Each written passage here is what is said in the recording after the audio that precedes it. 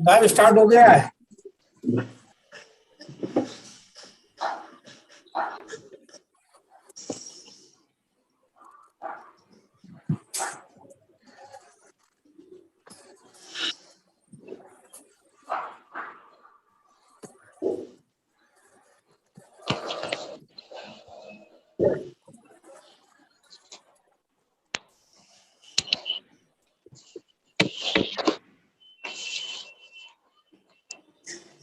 नमः समय साराय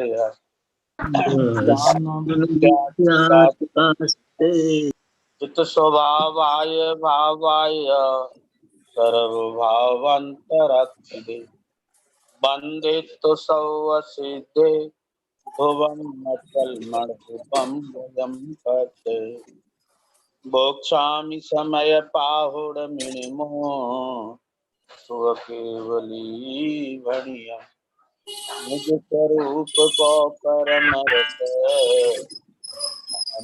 भरो अपार बंदो परमानंद में समय सारयता कुंद कुंद मुनि चंदवर अमृत चंद मुनि आत्म रसी बनारसी पदे श्रीमद् भगवत कुंद कुंदाचार्य देव द्वारा रचित समय सारजी परमागम की कर्ता कर्म अधिकार में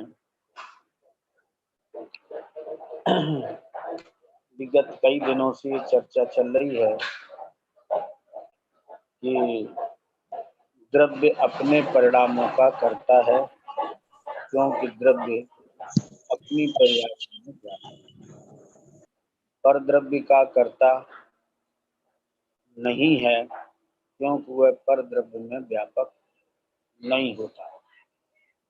परंतु जीव और पुद्गल में के परिणामों में अनादि से निमित्त नैमित्तिक संबंध बन रहा है, जिससे एक दूसरे के कार्य में कारण बनते हैं,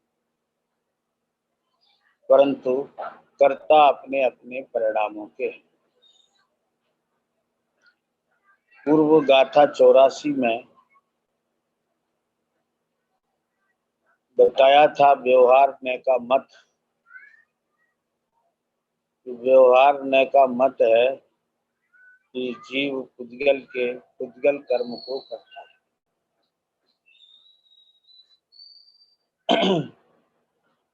अब उस व्यवहार के मत का निषेध करने के लिए दो क्रियाओं को एक ही की मानने वाले मिथ्या दृष्टि को यहाँ जैन नहीं कहा। इसके लिए गाथा अवतरित हुई है 85, जिसमें आचार्य भगवंत कहते हैं, जय पोगल कमिडम पोवैतम चेव वेदयादा क्रियावधिरतो पसजय सो जिड़ावमयम उद्गल कर्म जीव जो करे उनको ही जो जीव भोग दे। जिनको असामत दुक्रिया से आत्मा तन में हुआ।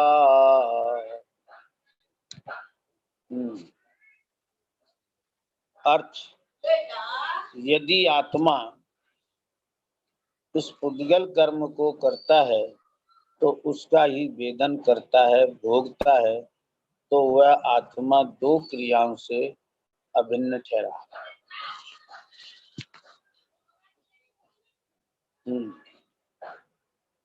ऐसा प्रसंग आता है, परंतु यह जिन देव का मत नहीं है। टीका प्रथम तो इस श्लोक में जो क्रिया है वह समस्त ही परिणाम स्वरूप है, इसलिए वह परिणाम ही है, उससे अलग कोई भिन्न वस्तु नहीं है।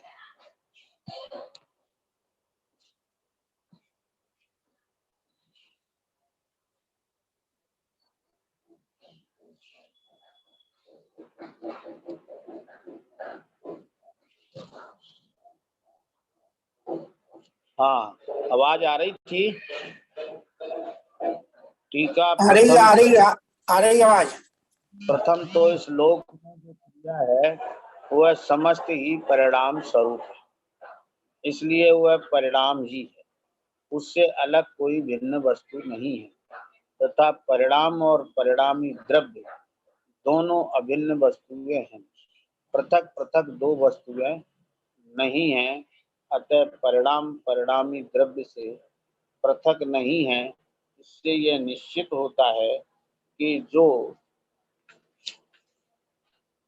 कुछ भी क्रिया है वह क्रियावान द्रव्य से भिन्न नहीं है। इस प्रकार क्रिया और क्रियावान में अभिन्नता है। ऐसी वस्तु की मर्यादा होने से जिस प्रकार जीव व्याप्य व्यापक भाव से अपने परिणाम को करता है और भाव्य भावक भाव से उसी ही अपने परिणाम का अनुभव करता है, भोगता है, उसी प्रकार यदि जीव व्याप्य व्यापक भाव से उद्गल कर्म को भी करे और भाव्य भावक भाव से उसी का अनुभव भी करे या भोगे, तो अपनी और पर की मिली हुई दो क्रियाओं में अभिन्नता ठहरती है। ऐसा प्रसंग होने पर स्व और पर के भेद का अभाव होता है। तब अनेक द्रव्य स्वरूप एक आत्मा को अनुभवता मिथ्या दृष्टि होता है, क्योंकि ऐसा वस्तु स्वरूप जिन देव ने नहीं कहा है। अतः वह जिनेंद्र भगवान के मत से बाहर है।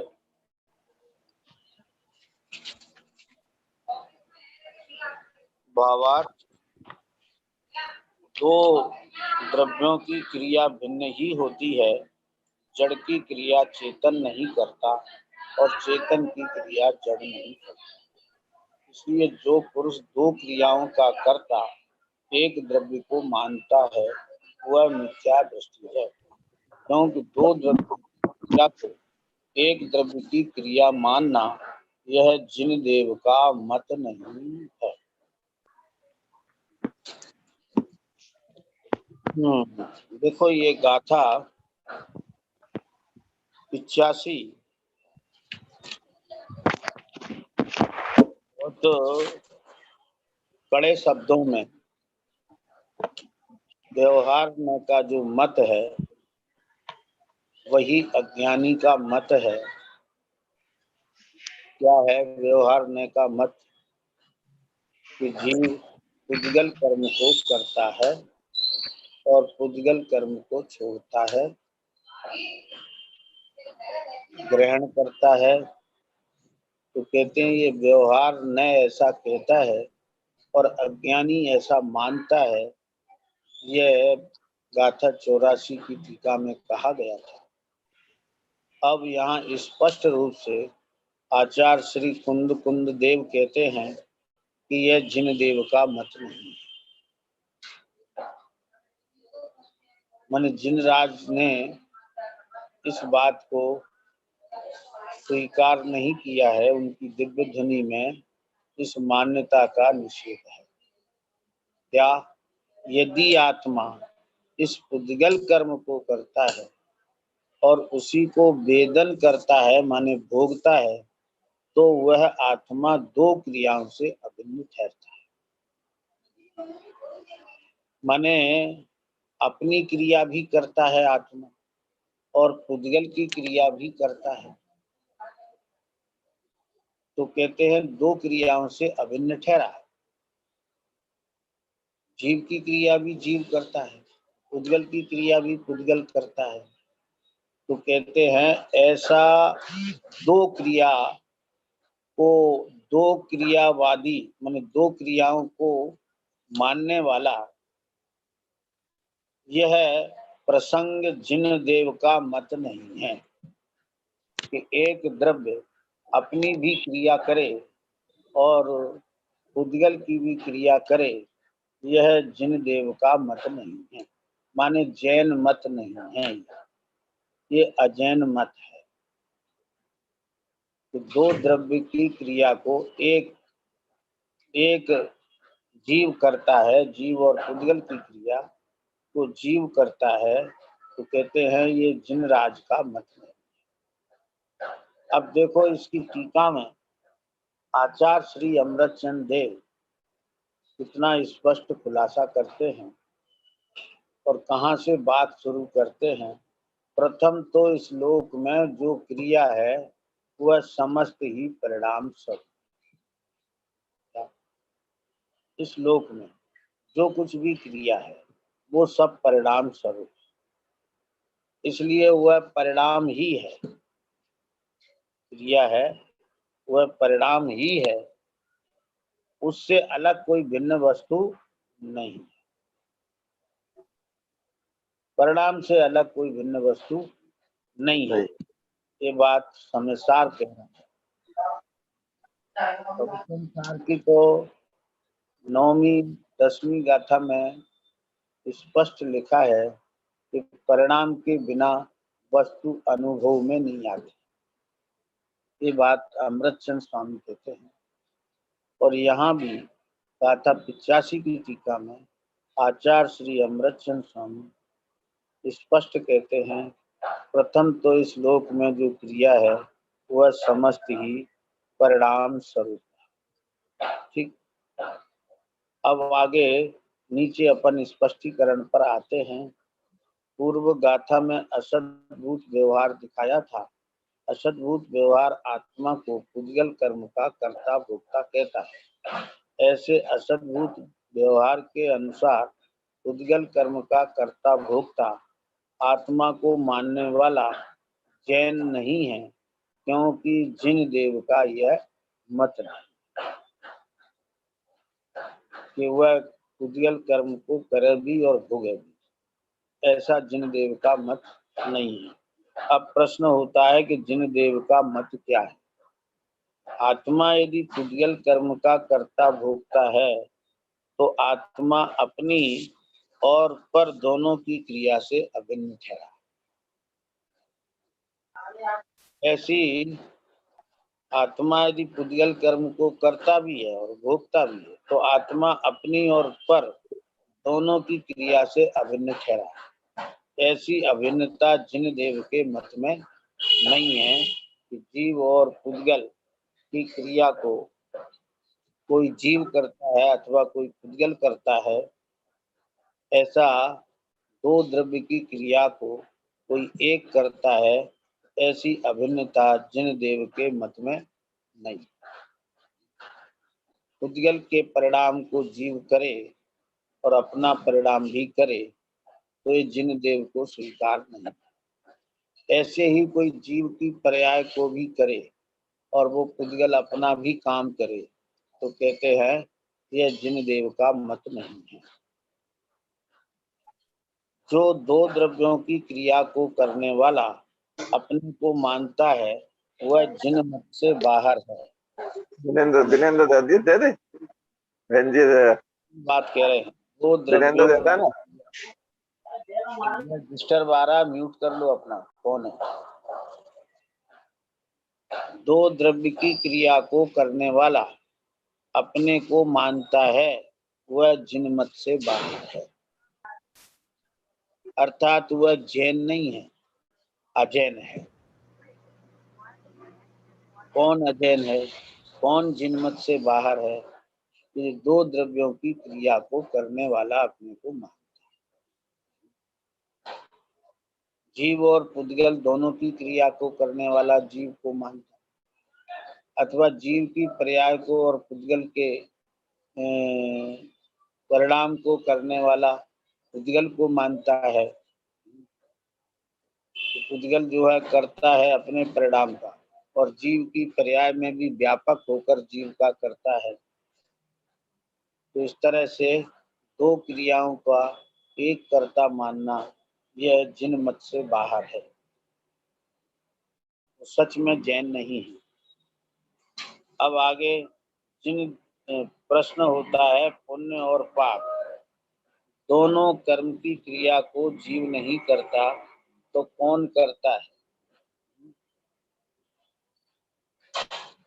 पुण्य पाप कर्म की क्रिया को जीव नहीं करता तो कौन करता है?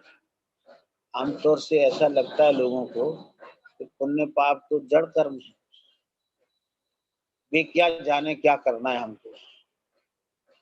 तो जो कुछ करता है वो तो जीव ही करता है ना। और अगर जीव करता है तो दो द्रव्य की क्रियाओं को करने वाला हो गया। ऐसा करके जिनदेव के मत से बाहर है, तो फिर कौन करता है उस कर्म? ये प्रश्न है। तो समाधान सुनो। प्रथम तो इस लोक में जो भी क्रिया है वह समस्त परिणाम स्वरूप। ये सिद्धांत है, ये जिन मत है, इसको अपने आप में दृढ़ रखना। इसका उल्लंघन कहीं भी किसी भी ग्रंथ में नहीं होगा। और ये तो भाई समयसार है। समयसार में आचार्य भगवंत अमृतचंद स्वामी कहते हैं, प्रथम तो इस लोक में जो भी क्रिया है वह समस्त परिणाम स्वरूप है। परिणाम द्रव्य का स्वभाव ही होने से परिणाम द्रव्य से भिन्न नहीं होता। क्या समझ? परिणाम द्रव्य का स्वभाव है, इसलिए परिणाम द्रव्य से भिन्न नहीं होता है, किसी भी प्रकार से भिन्न नहीं होता है। अगर कोई मानता है कि परिणाम द्रव्य से भिन्न है तो वह जिन मत से बाहर है। क्या समझ? तो परिणाम तो क्यों? तो परिणाम तो द्रव्य का स्वभाव है, तो द्रव्य से भिन्न हो ही नहीं सकता है। अब परिणाम कोई लोग स्वभाव नहीं मानते क्या? परिणाम द्रव्य का स्वभाव ही होने से परिणाम द्रव्य से भिन्न नहीं होता है। परिणाम स्वभाव होने से द्रव्य ही परिणामी है। अतः परिणाम और परिणामी द्रव्य अभिन्न रूप से एक ही वस्तु है। परिणाम परिणामी द्रव्य पृथक पृथक दो वस्तुएं नहीं है। अतः जो परिणाम और परिणामी द्रव्य को भिन्न मानते हैं वे जिनमत से बाहर होने से जैन नहीं है। ऐसा यहाँ गाथा का उद्देश्य है, क्योंकि परिणाम क्रिया स्वरूप होने से द्रव्य ही क्रियावान है। अतः आत्म द्रव्य अपनी ही शुद्धाशुद्ध क्रिया को करने वाला है। पुण्य पाप कर्म की क्रिया आत्मा नहीं करता। पुण्य पाप कर्म की क्रिया व्यापक भाव से उद्गल ही करता है।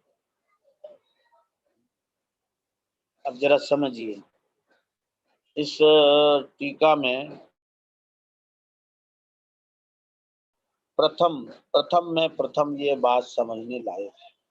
इस लोक की क्रिया इस लोक में जो भी क्रिया है वह समस्त परिणाम स्वरूप, और परिणाम द्रव्य का स्वभाव ही होने से परिणाम द्रव्य से भिन्न नहीं होता है।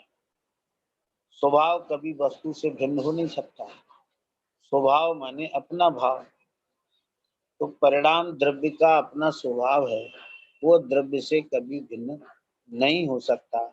इसलिए द्रव्य को अपरिणामी मानना ये जिन मत से बाहर है। द्रव्य अपरिणामी न है न कभी हो सकता, क्योंकि परिणाम उसका स्वभाव है। परिणाम से भिन्न हो जाए, द्रव्य परिणाम से रहित हो जाए, तब अपरिणामी होगा। परिणाम तो स्वभाव है, उससे रहित द्रव्य कैसे हो सकता? नहीं हो सकता। इसलिए द्रव्य अपरिणामी नहीं हो सकता, परिणाम स्वभाव होने से द्रव्य परिणामी है। अतः परिणाम और परिणामी द्रव्य अभिन्न रूप से एक ही वस्तु है, कोई दो वस्तु नहीं है। परिणाम और परिणामी परिणाम परिणामी द्रव्य पृथक पृथक दो वस्तुएं नहीं है। इतना साफ निषेध किया है। परिणाम और परिणामी द्रव्य पृथक पृथक दो वस्तुएं नहीं है। आज कुछ अध्यात्मियों की ऐसी भी मान्यता है कि परिणाम भिन्न वस्तु है और द्रव्य भिन्न वस्तु है, लेकिन ऐसा बिल्कुल भी नहीं है। अतः जो परिणाम और परिणामी द्रव्य को भिन्न मानते हैं वे जिन मत से बाहर होने से जैन नहीं है। ऐसा यहाँ गाथा का उपदेश है, क्योंकि परिणाम क्रिया स्वरूप होने से द्रव्य ही क्रियावान है। परिणाम क्रिया स्वरूप और द्रव्य का स्वभाव परिणाम है, इसलिए द्रव्य ही क्रियावान है। वास्तव में द्रव्य क्रिया रहित नहीं होता है, न कभी हुआ, न है, न होगा। द्रव्य ही क्रियावान। कोई ऐसा भी नहीं है कि पर्याय में क्रिया होती है, द्रव्य में क्रिया नहीं होती। द्रव्य ही क्रियावान है। अतः आत्मद्रव्य ही शुद्ध क्रिया करने वाला है। आत्मद्रव्य अपनी ही शुद्ध क्रिया करने वाला है। पुण्य पाप कर्म की क्रिया आत्मा नहीं करता। क्यों नहीं करता? कि पुण्य पाप रूप कर्म की क्रिया व्यापक भाव से उद्गल कर्म ही करता है। पुण्य पाप रूप जो कर्म की क्रिया है उसमें पुद्गल ही व्यापक है और वो क्रिया उसका व्याप्य है, इसलिए उस क्रिया को पुद्गल ही करता है। पुण्य पाप रूप कर्म की क्रिया को पुद्गल करता है, आत्मा नहीं करता। आत्मा अपने विकारी भाव करता है, क्योंकि विकारी भाव में व्यापक पना है, लेकिन पुद्गल कर्म की क्रिया को आत्मा किसी भी प्रकार से नहीं करता। हमने इसी गाथा की व्याख्या में सुना है कि यहाँ पर द्रव्य से भिन्नता बतानी है, इसलिए यहाँ परिणाम परिणामी द्रव्य की अभिन्नता कही है। श्रद्धा अपेक्षा तो परिणाम द्रव्य से भिन्न ही है। अब देखो, जो द्रव्य और पर्याय को भिन्न मानते हैं, ऐसे व्याख्याकार इस गाथा का की व्याख्या में कहते हैं कि यहाँ परद्रव्य से भिन्नता बतानी है, इसलिए यहाँ परिणाम परिणामी द्रव्य की अभिन्नता कही। समझ में आना?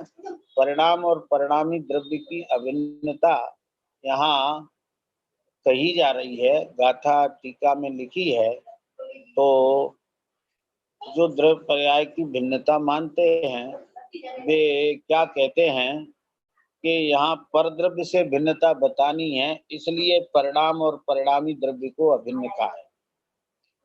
क्या समझ?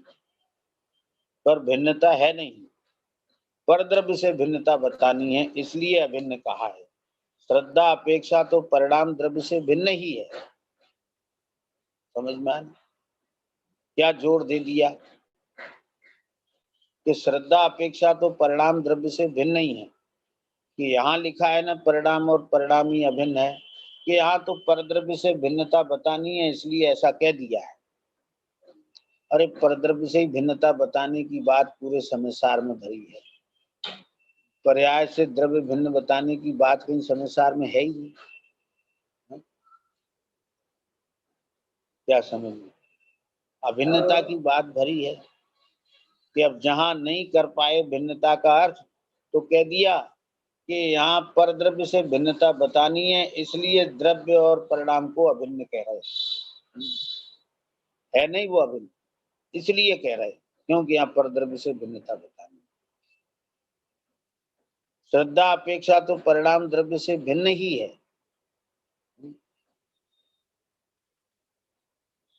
तो क्या श्रद्धा अपेक्षा बता दिया परिणाम द्रव्य से भिन्न नहीं है, तो श्रद्धा तो सम्यक चाहते ही है सब, तो इसका मतलब परिणाम से भिन्न द्रव्य मानना चाहिए। और सब बात गई वो तो ज्ञान के खाते में गई। परिणाम भिन्न द्रव्य देखना है भैया, ये समयसार ऐसी बात नहीं कह रहा है। समयसार तो कह रहा है द्रव्य का स्वभाव परिणाम है और परिणाम परिणामी अभिन्न। क्योंकि द्रव्य अपने परिणामों में व्याप्त, इसलिए भिन्नता की कल्पना जिन मत में नहीं है। अब सुनो इसका समाधान जो प्रश्न किया। निश्चय न से शास्त्रों में सर्वत्र परद्रव्य से भिन्नता अपने गुण पर्यायों से अभिन्नता का ही उपदेश है। बात समझ में आई? शास्त्रों में सर्वत्र क्या लिखा है? परद्रव्य से भिन्नता और अपने गुण पर्यायों से अभिन्नता का ही उपदेश। शास्त्रों में ज्ञान परिणाम से भिन्न परिणामी द्रव्य कहीं नहीं लिखा। शास्त्रों में जहां भी परिणाम द्रव्य पर्याय का भेद किया है वहां व्यवहार से ही किया है। निश्चय से तो द्रव्य पर्याय अभेदी है, कहीं अगर भेद भी किया है द्रव्य पर्याय का तो वो जो भेद किया है वो व्यवहार से किया है, संज्ञा संख्या लक्षण प्रयोजन से।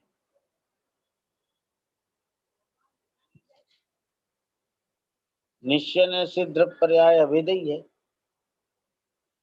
अतः परिणाम परिणामी द्रव्य की अभिन्नता रूप श्रद्धान ही सम्यक दर्शन है।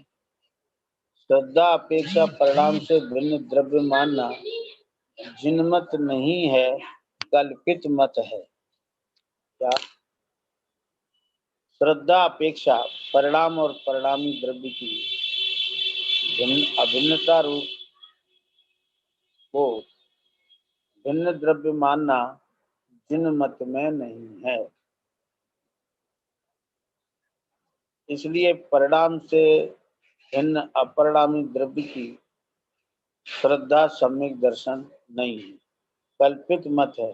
ऐसा ही गाथा का उपदेश को व्यतिरेक कहते हैं। तो इस तरह से इन दोनों में भेद करके बताया गया है कि संज्ञा संख्या लक्षण और प्रयोजन क्या है।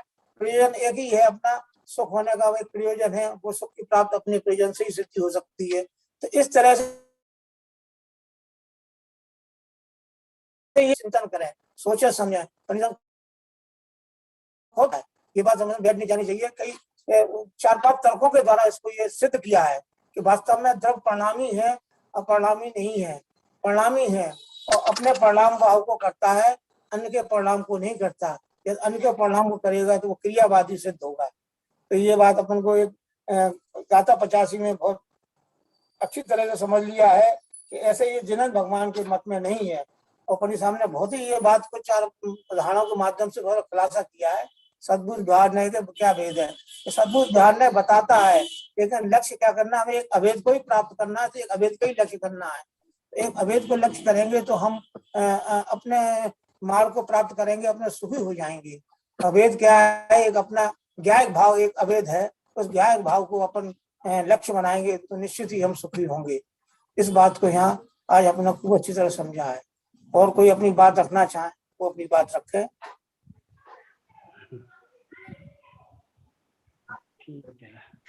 प्रताप जी आप रखेंगे अपनी बात? हाँ रखें। हाँ कह रहे बोल रहे।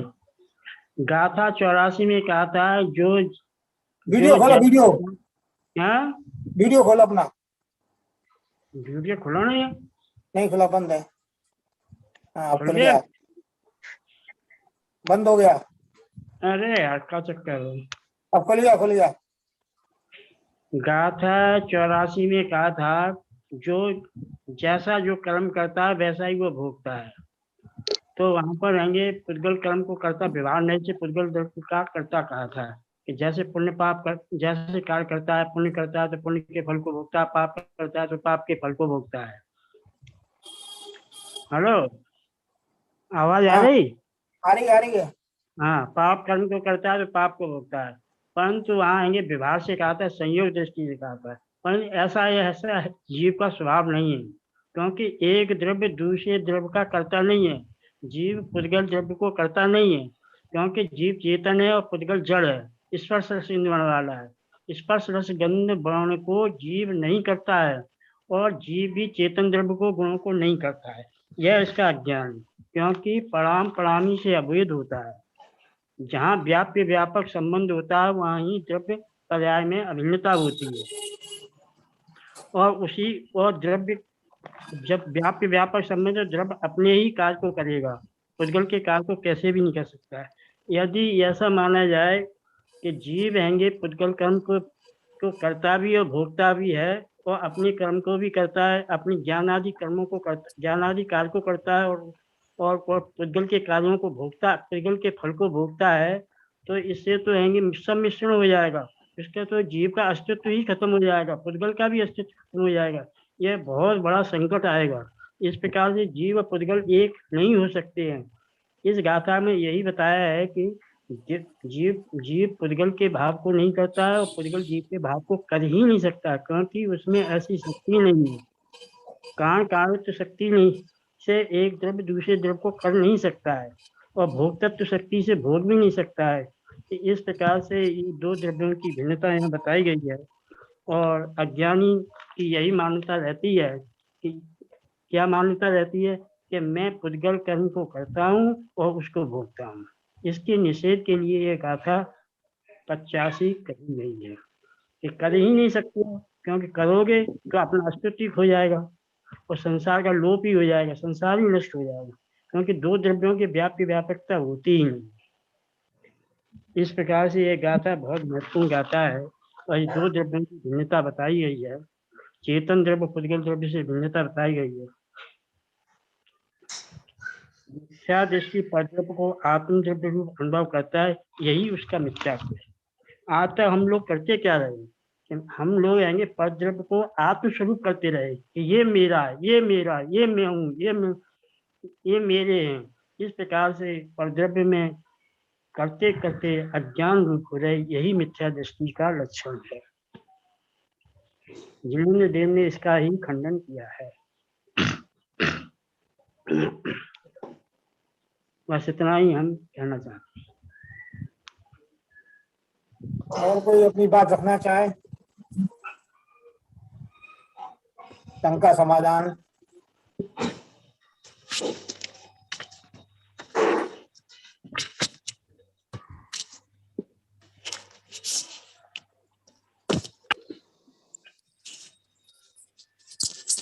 मेरा एक क्वेश्चन था। हाँ पूछो पूछो जी। हाँ, कि जैसे पंडित जी ने बोला प्रणाम जो होते हैं प्रणामी में होते हैं, जो प्रणाम होते हैं वो आत्मा में होते हैं। हर वस्तु प्रणामी में आत्मा है ना। हर द्रव्य का स्वभाव परिणाम है। परिणाम बिना की कोई भी द्रव्य नहीं है। जीव भी एक द्रव्य है, जीव का भी परिणाम स्वभाव है। तो मोक्ष के परिणाम में और संसारी जीव के परिणाम में क्या अंतर है? संसारी का परिणाम विकारी है। गोली खा रहे।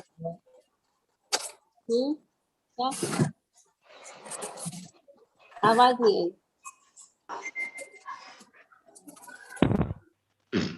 ऐसा कह रहे हैं कि जो संसार है उनके विकारी परिणाम है, और जो मोक्ष में है वो उनके शुद्ध परिणाम है। शुद्ध परिणाम जैसे संसारी के राग होना, द्वेष होना, क्रोध होना, ऐसे विकारी हैं। और वहाँ परम सर्वज्ञता है। सुनाई नहीं दिया क्या? वहाँ राग देश नहीं है, वीतरागता है, सर्वज्ञता है। जो पर्याय चेंज होती होंगी उसी में परिणाम आते होंगे। पर्याय और परिणाम की बात। ठीक।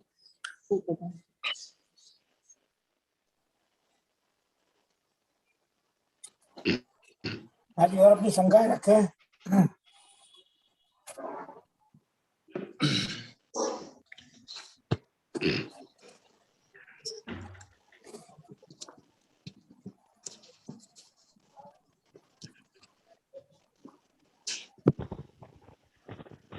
अनिल जी प्रश्न शुरू करें।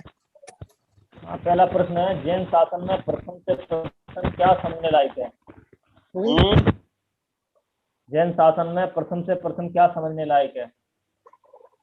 तो दृष्टि को एक मानने वाले मिथ्या दृष्टि है, जैन नहीं।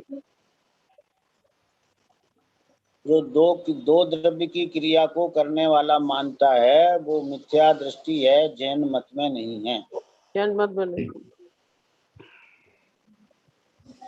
नहीं, ये द्रव्य और उसके परिणाम अभिन्न है, भिन्न भिन्न नहीं है। प्रथम से प्रथम यही मानने लायक है। सबसे पहले द्रव्य और जो परिणाम है वो भिन्न भिन्न वस्तु नहीं है, अभिन्न है। द्रव्य और परिणाम अभिन्न है। उत्कल कर्म का कर्ता भोक्ता आत्मा नहीं,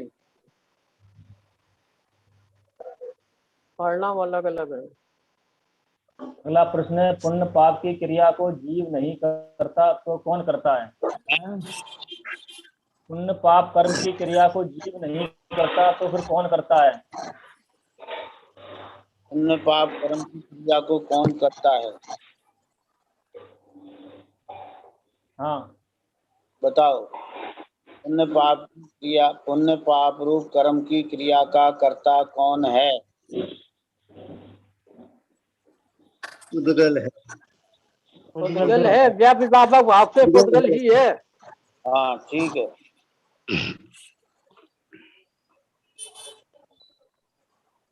अगला प्रश्न, प्रत्येक द्रव्य परिणाम स्वरूप है, इससे क्या सिद्ध होता है और कौन से मत का निराकरण होता है? द्रव्य परिणाम स्वभावी है, क्या सिद्ध होता है और किस मान्यता का निषेध होता है? द्रव्य को अपरिणामी मानते हैं, उनकी निषेधता है। द्रव्य तो परिणाम स्वरूप ही है यहाँ। तो परिणाम स्वरूप होने से द्रव्य कैसा हुआ? परिणामी के अपरिणामी? हो गया परिणामी।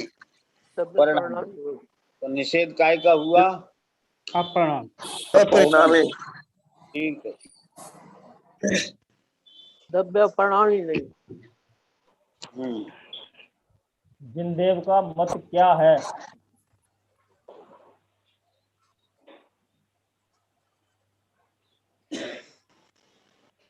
दो परिणाम स्वभावी है, अपने अपने परिणाम का कर्ता होता है। एक दूसरे को नहीं करता, ये मत है। लोगों के भाव का कर्ता ये जिनदेव का मत है। और क्या पुद्गल कर्म का कर्ता भोक्ता आत्मा नहीं, दोनों अपने अपने भागों का कर्ता भोक्ता है। यह जिनदेव का मत है।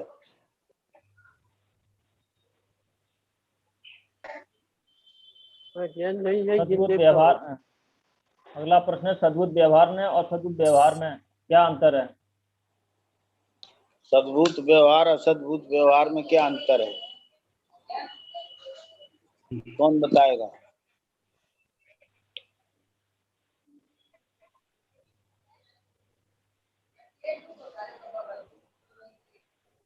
सद्भुत व्यवहार तो आत्मा की बात करता है, सद्भुत पदवी कर्म की बात करता है। सद्भुत व्यवहार तो आत्मा की बात करता है, आत्मा से संबंधित है। भेद करके कहता है। सद्भुत व्यवहार से ही जब पर भेद का है।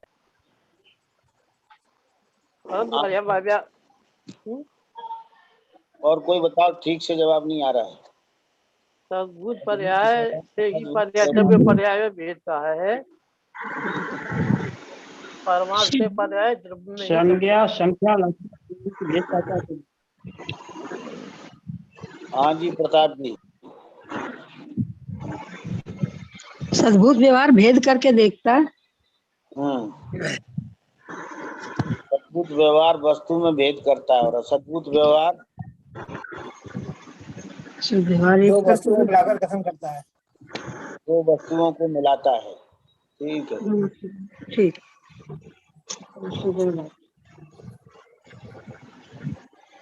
हाँ जी। अगला प्रश्न है, वस्तु कथनचित भिन्न कथनचित अभिन्न है, कैसे? बताओ भाई। कथनचित भिन्न और कथनचित अभिन्न है। सद्भुत व्यवहार से कथनचित भिन्न है। हाँ। असद्भुत व्यवहार से अभिन्न है। नहीं, निश्चय से अभिन्न है। निश्चय से अभिन्न। निश्चय से अभिन्न सद्गुण व्यवहार से भिन्न। क्या द्रव्य पर्याय हाँ, वस्तु में रहने वाले द्रव्य पर्याय अथवा गुण गुणी पर्याय पर्यायी भाव भाववान या क्रियावान, ये सद्भुत व्यवहार न से इनमें भिन्नता है और निश्चय न से अभिन्नता। इसलिए कथनचित भिन्न है द्रव्य पर्याय और कथनचित अभिन्न है।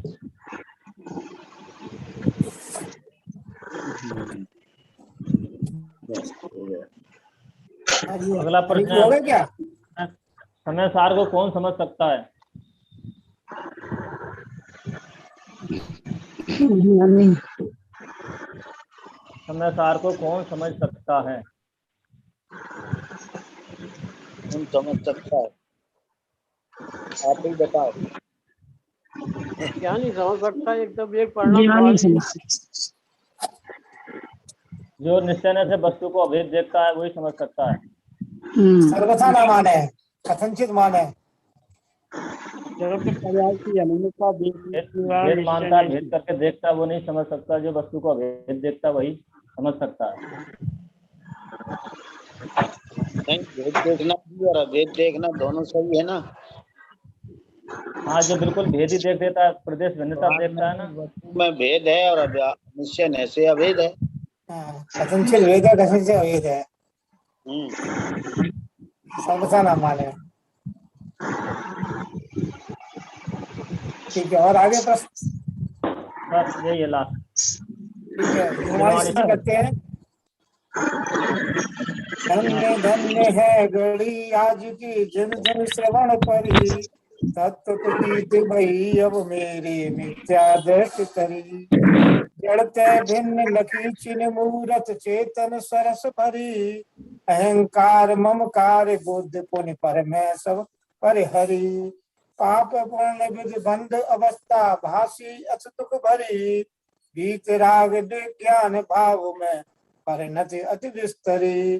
चाह दाविन सी बरसी पुर समता मेघ जरी, बाड़ी प्रीति निराकुल पद सौभाग चंद हमरी। धन्य धन्य है घड़ी आज की, जिन धन श्रवण परी, तत्व प्रतीत भई अब मेरी मिथ्या दृष्टि करी। क्या वाणी के ज्ञान है सुजय लोकालो, सो वाणी मस्तक नमन सदा देखो दो जिनवाणी माता की जय।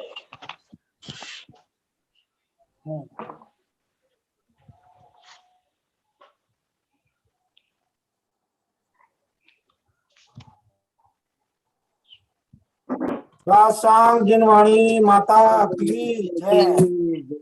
सभी साधु भाई बहनों को जय जिनेन्द्र, गुरु जी प्रणाम। सभी को जय जिनेन्द्र, सभी साधनों को जय जिनेन्द्र, पंडित साहब को जय जिनेन्द्र। सभी भाई बहनों जिनवाणी को माता की जय। जिनवाणी माता की जय। पंडित जी प्रणाम। सादर प्रणाम। सभी बहन भाइयों को जय जिनेन्द्र। पंडित साहब जय आशीर्वाद दे जिनेन्द्र। दो, बंद हो गया, क्या बात है? पंडित जी है, चलेगा।